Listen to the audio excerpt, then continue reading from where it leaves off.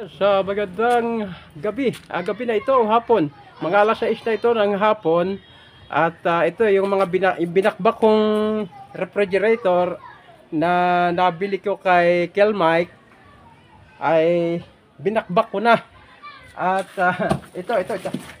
Ito yung foam na ginagamit ng mga pag bumabaha kasi. Ito ang kanilang sinasakyan para ma-safety sila sa baha. Para kung malalim, safety talaga sila. Dahil lutang ito kasi foam ito At ito yung nabakbak ko, ito yung binakbak ko, ito. Ang tawag dito, aluminum. Nakabalot pa ito siya. Tatanggalin ko pa itong, ang tawag dito? Foil. Foil ba ito? Foil. Nakabalot pa. Tatanggalin ko pa ito. Hindi pwedeng mabili ito sa junk shop ng ganitong tsura.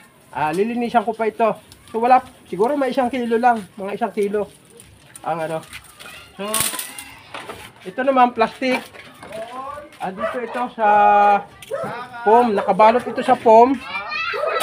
Pinagtiyagaan ko itong kunin. Pinagtiyagaan kong kunin ito. So, magaan lang. At baka makakakuha ko ng, pag naibenta ko, baka 1 kilong bigas ako. Siyempre, okay na rin yun. Kaysa itatapon ko sana Pero, nangihinayang ako. Dahil, baka makakakuha pa nga ako ng kahit 1 kilong bigas dito. So ito, magaan lang ito. So, ito yung mga nakuha ko, mga plastic. Aking pinilit kuhanin. Dinukal ko dun sa rep. At ito naman, ang tawag dito, yero. Nasa likod dito ng rep, nasa likod. Yero ang tawag dito.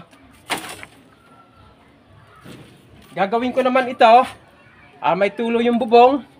Siyempre, mariremedyohan yung tulo ng bubong. Ay ipapasa ko ito dun sa bubong para yung tulo maremedyohan.